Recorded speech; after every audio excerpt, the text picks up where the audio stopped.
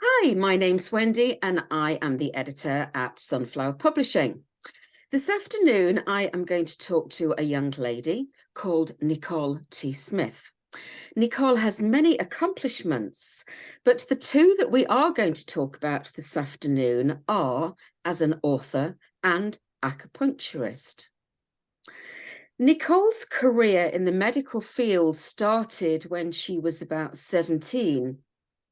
She'd always had a fascination for the human body, the human form, and she really sought to find a medicine that she felt comfortable enough to use, to advocate to people as a form of treatment for things like pain, trauma, stress, internal disease.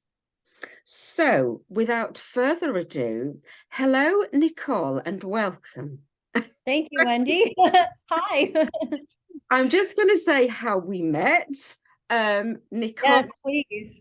Nicole was a guest at our writing retreat in Italy last year.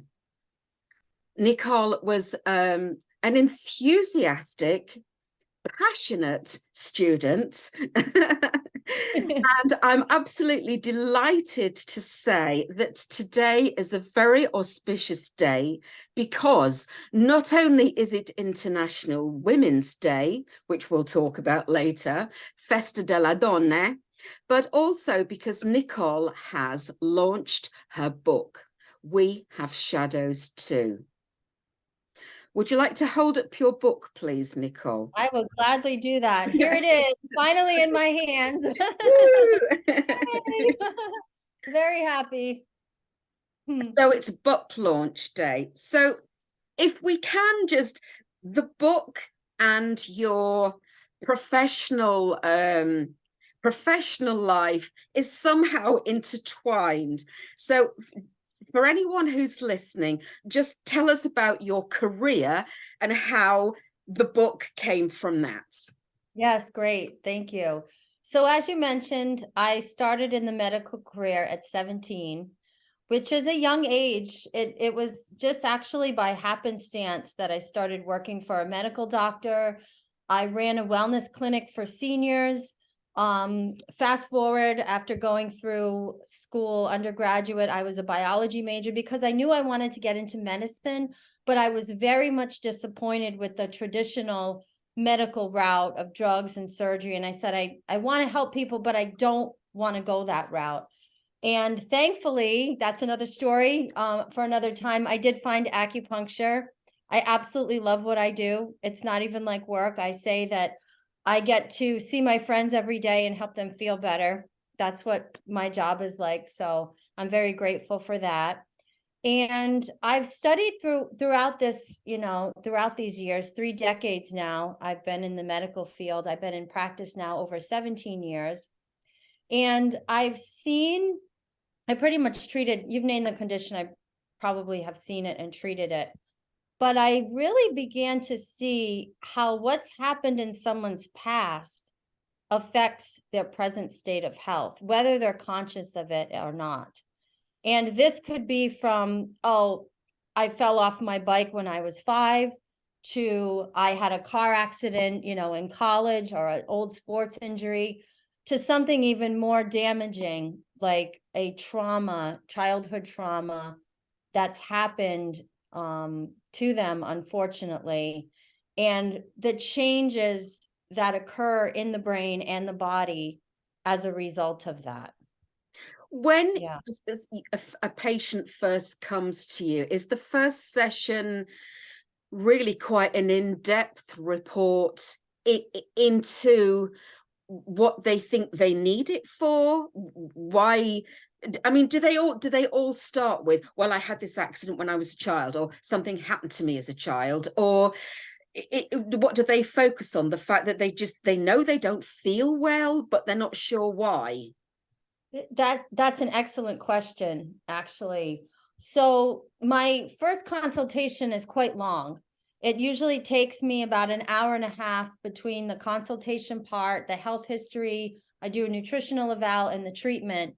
on the first visit with a patient. And I'm very thorough. I warn patients ahead of time. I'm going to send you the questionnaire. It's really long, so plan some time to fill it out. But what's interesting is the majority of people, and I don't have an exact number, but I would say over 90% never mention any kind of trauma in their history, whether it is that car accident or sports injury or something even worse that's happened to them. And I'll never forget, there was a patient, I started practicing in, I was in California when I first started. There was a patient I'd been seeing for some time. And, you know, she was successful in her life. She had a business, a massage business, and older woman. She had a lot of trouble losing weight, a lot of pain in her body. And I worked with her for a few years. And it was just a comment she dropped one day. Oh, I'm not going to reveal what it is, but it was horrifying, obviously. And there it was, she said it, and my mind did fast back to this consultation and all this time I spent with her, where this had never been revealed, but the pieces fell into place where, oh my goodness, it's an underlying foundational cause for a lot of the things that this woman came in with. And I'm not saying that that's the case with everybody, but when something happens, especially as a child, it does cause changes in the body and the brain. And so most patients, when they come in, like you said, it's, I have a headache, my stomach digestion isn't well. But they have not yet got to the point of connecting that with something. Is this something that we all have, do you think? That is it, you know, our body's way of kind of protecting it? Just put the veil down, forget about it. It hurt, whatever happened, physical or mental. It was a long time ago and it hurt you, so let's just close the door on that and move on. Is that's something that you know, maybe it is happens to a lot of people? I think it does happen to a lot of people in different degrees. So I don't want to reveal too much about the book. No. But I will say there are some people that are very cognizant about what happened to them and that have worked, you know, taken measures to work through it. Maybe or maybe not, they see how it relates to a physical issue, but they know that it relates to their emotional state.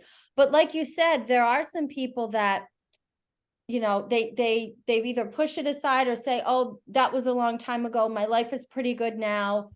Or in some cases, like in the case with Rella, that's the main character's name, it can be so traumatic that the brain blocks it out. It does this like you just did. It shuts it out completely as if it never happened. And that, yes, that can definitely be the case with some people too. So let's move on to the book then, because obviously your, as we've said, your experience in the medical world has, perhaps if you hadn't have done that, if you'd have had any other profession, maybe you wouldn't have got to the point now. It's a journey, and I think, you know, that's what writing is. It's a journey from wherever you started to now. So tell me a little bit about the idea. Was it just coming from the patients, or you were just so fascinated with how we deal with trauma? Yeah, it's a great question. I've been writing since I was 5, and I have written a lot of books. I was going through some of my old material from my teens and my early 20s, and I always was fascinated with what does the brain do with information. So one of my early books, which hasn't been published, but had to do with the relationship between a psychologist and her patient. The patient ends up committing suicide. And so it's more of a book that's a reflection of the sessions. I had another one that I wrote, another story, had to do with a woman who witnessed something and it incurred amnesia. So I was from an early age interested, fascinated by this. this. Because the brain is so fascinating. Yeah. It's fascinating what it does with hurtful, but it's also fascinating what it does with the good stuff. Yes. You know? And to be honest, I don't remember that exact moment where the idea came. And what happens a lot of times, I love to exercise. I'm out walking all the time. I feel like sometimes the characters come to me. They just, I just happen to see them or a story comes. But I do remember I had the idea for this story for this girl. I hadn't picked out her name yet.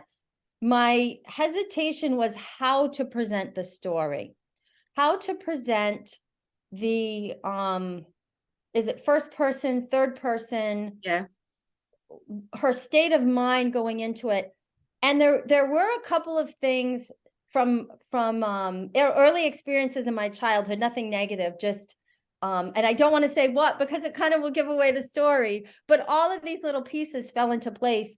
And it was actually on a trip to Ireland that I said, I am going to clarify, either write this book or not, but how I'm going to move forward with it. And actually, it's funny, the first scenes that I wrote were not to do with the main character. It was to do with the character called Margaret, which you've read the Yeah. story. Yeah. We won't reveal anything No. else about Margaret, but that's who actually spoke to me first. And I found that so exciting. And when I was putting the book together, I couldn't wait to add the first chapter on Margaret. Yeah, so I don't know if that quite answers the question, but Are you very thrilled with the reviews that you've had? I mean, you've shared some of them with me, and they will be going on Amazon and Goodreads in due course. But it's as a writer, to get that affirmation that, wow, they enjoyed my book, they enjoyed my writing, is quite something. it's very satisfying. Yeah. The book was like you said, a journey. Yeah. It was a tough journey because it was something very difficult to write about. And there were days that I said, I can't even work on this book today. I'm a type of writer where I'll work on multiple books at the same time. But this book, I really needed different outlets of creativity because it is a difficult subject to write. Yeah. Yeah. And when I get, as you said, the reviews are coming in, and I'm so grateful that what I set out to accomplish is now happening. One of my patients actually read the book and wrote a review, and he actually said that the book could change lives, that he Right. wished he'd read it 30 years ago. And that was really touching to me. It can go anywhere from a very interesting read, Yeah. wow, Yeah. to be absorbed in another story and another character's life, to this will actually help me or help me understand somebody else. And those were all the reasons that I wanted to write this book. I wanted to give the topic the care and the attention it deserved without sensationalizing it, Right. which unfortunately happens in a lot of cases, especially with mental health. Yeah, I So mean, there have yeah, been a few, we don't want to give anything away, but there have been several films, haven't there, in yeah, the last sort of, I don't know, 10, 15 years regarding this subject. And, sometimes you think, well, it's not for the faint-hearted because it is dealing with mental health issues as well, which is hard. It can be quite a brutal subject. But I think now people are talking about mental health so much more than they ever used to. We don't have the asylums now that there were in the Victorian times, where people were regarded as mad or anything like that. People can get help. But what I was going to ask you is, for somebody that thinks, is this book for me or not? What would you say to say, yeah, pick this book up? What would you want them to get from the book? I would say there's a couple different readers Yeah. that would read this book. There would be the recreational reader. If you're someone that likes a twist, that likes a story told in a way that maybe you've never read before, on a subject maybe you don't know a lot about. That's one of my reviewers said that they were up until the middle of the night, couldn't put it down. So if you're that type of reader and like that, definitely read this book. If you're someone that perhaps reading on this topic could be difficult for you. I do put a word of caution in the beginning, but I'm very careful about how I presented the topic. I do think it's approachable for most audiences. From Because young adults, would you say? I Yeah. really do. Yeah. I really feel for young adults, it would be quite helpful for them. Yeah. Because, like you said, mental health is being talked about more and more. And the young adult may have something they're struggling with. They may know somebody that, and being educated on it will help them be a better friend or a better spouse, and actually a better counselor. So I would encourage those in the mental health field to read it also. And I'd love to hear their Yeah, opinions absolutely. on that. So I think it's a book that's an entertaining read, if I can use that word, but educational at the same time. So I think What it could reach genre both. would you put it in? What's Yeah, I was struggling with that. It's not the psychological thriller, No, it's no, not a nonfiction book, which under no, this no. category, it's mostly nonfiction. I would say, obviously, we talked about, women, women's fiction, women's books. It is a woman's journey. And anyone who wants a strong female protagonist, this is a good read. Maybe a psychological drama. Yeah. There's elements of mystery that start to get cleared up throughout the book. But yeah, picking the genre was the It's hard hard. thing. Yeah. Tell the audience where the book is actually based. I mean, we know that the protagonist, the main character, is called Rella. Well, actually, Nicole, just read the blurb on the back for us, There. please. Okay, great. So this is the artwork here on the Truth back of the versus book. illusion. Yep. Okay. Yep. So inside one of the opening lines, it says, "To guard a secret, remember, there isn't one." And again, you said truth versus illusion. We all keep secrets. What have you hidden from yourself? Rella Cooper is a successful architect with a bright future, but whispers rustle in the recesses of her mind. Have parts of her past been locked away, along with trauma she has no memory of? Not all is how it seems. Explore the psychological layers of the human mind. Is it better to live in the shadows or with the truth you can't share? It almost gives you goosebumps, really. I still get goosebumps. I just got them now, and it's not the weather. No, When I watch the you do trailer, get I the still get goosebumps goosebumps. because you think, I mean, it's one of those that, what a powerful film it would make, wouldn't it, really? It would be Yes. an amazing Yes. film, I've already played that scenario out in my head. You've already Hi, cast this is it. Nicole. This is Hollywood calling. Oh, really? Um, Yeah. What about Rella? Do you think that at the end of the book, she has reached a point of satisfactory conclusion, satisfactory awareness? Where is she at the end of the book, would you say? Another great question. I would say yes, but we all walk the ledge. Yeah. Yeah, there's solid ground along that ledge, but it's still a ledge.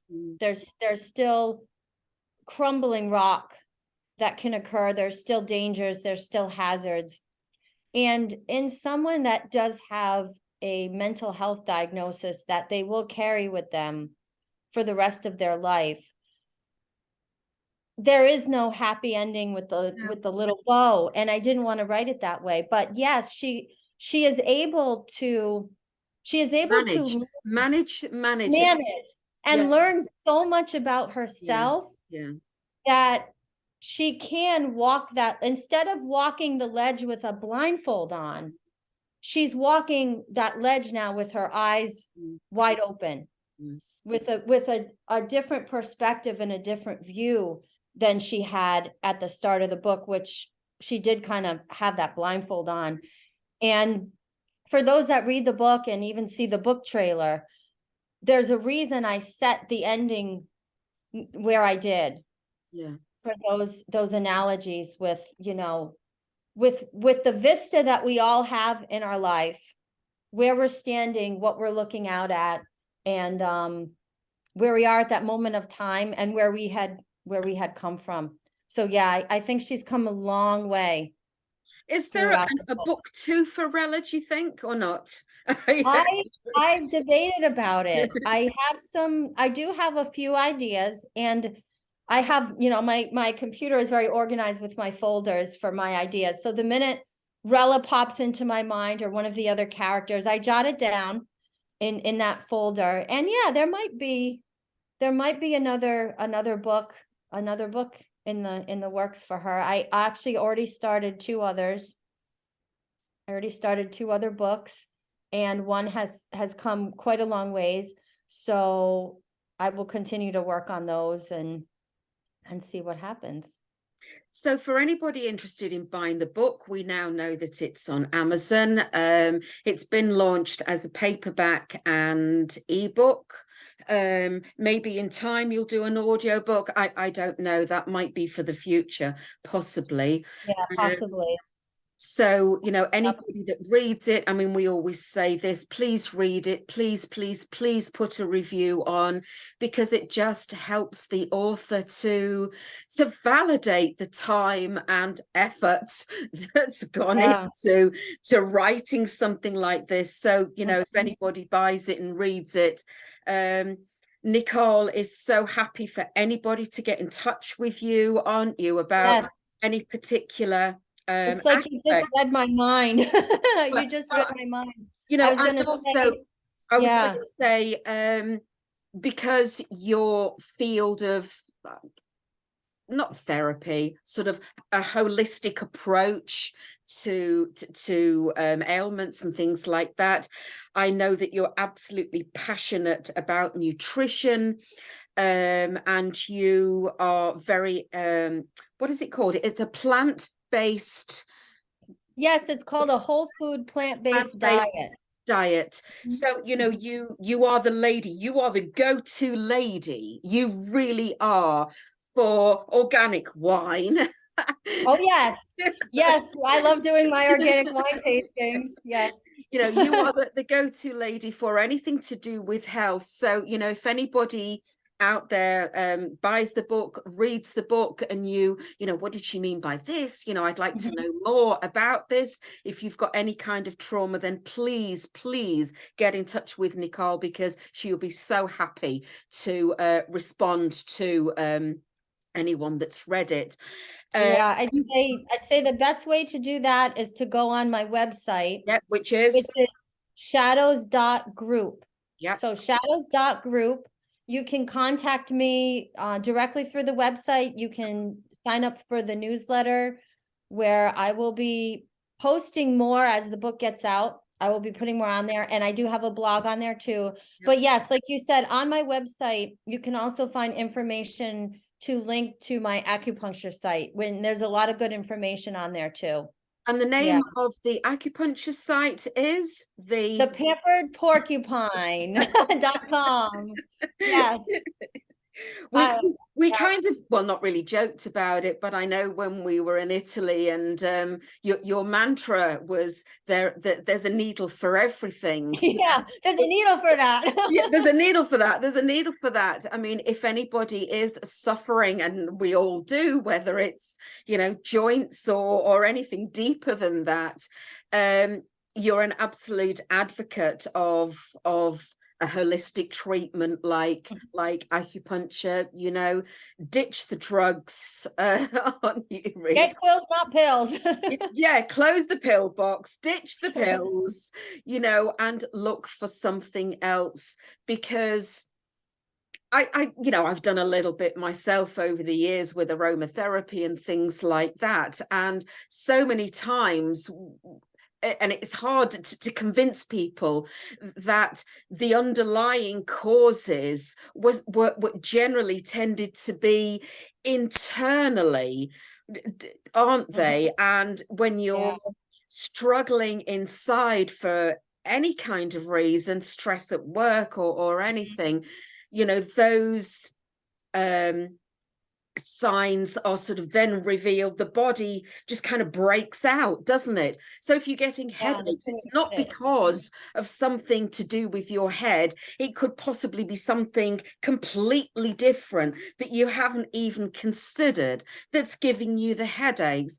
But whatever it is, your body's saying, hang on, just hello, remember me. Yes, hello, remember me. You live here too. Yeah, exactly. And I always think our bodies are like cars, aren't they? There's a funny noise in the back or the bottom, take it to the garage, just look at it, get it serviced. I agree. And when it comes to like a physical problem, like you were just mentioning, or a mental health problem, I find acupuncture is superior for treating anything in mental health, whether it's, like you said, a stress at work, something a little bit deeper. I have additional training in treating trauma and PTSD, and acupuncture in its distinct nature is to calm the sympathetic nervous system, which is what gets dysregulated in a trauma circumstance. And a lot of times, like you said, in other circumstances that can bring about other conditions that a person has. So yeah, natural medicine will not incur further damage on the body. It gets to that root cause, that foundational cause. And if Rella had never gotten to the root cause, she would have been stuck where she was. She would have never been able to have the blindfold. Yeah, absolutely. Well, it's been wonderful talking to you today, and Wendy, always. I wish you, on behalf of my co-host on the writing retreat, Amy Scott, we wish you all the best with the book. Hopefully we'll be seeing you in the UK in the next couple of months. So if anyone in the UK wants to get hold of Nicole, she will be, I was going to say I will be there. She'll be appearing at the London Book Fair. as a guest, not as yep, definitely. Not as anything else. So if you want to get in touch with Nicole while she's in England, then please do. But wishing you all the best on International Women's Day, which is a great day to launch a book. It really is. It's exciting, right? And I didn't even realize it. So voila. Yeah. All right, so take care, lots of love, and I will see you, I think, in April, when we all before that, when we've got a bit of a mini book blog tour for you at the end of March. So hopefully. So what we want now, we want to generate some interest, we want to generate some sales for Nicole, and more than that is just the interest in the subject, really, isn't it? The awareness, the awareness, and putting the word out, which is what you want to do. So I really commend you on the book, and good luck with it. Thanks. Thank you. Right. Wendy. Okay, I'll end the meeting, and I'll let you know when I've uploaded it. That was great. That was great. I can't wait to see it. I usually have a glass of wine with me. This is only tea. So it's 11:20 here, and I do have this afternoon. Not that I'm opposed to having a glass of wine, morning champagne on the weekend. Yeah, but maybe anyway, we'll do that in England. Lots of luck, and I'll talk to you soon, sweetheart. Okay, thank you, Wendy. Love you. Bye. Ciao. Bye. Bye.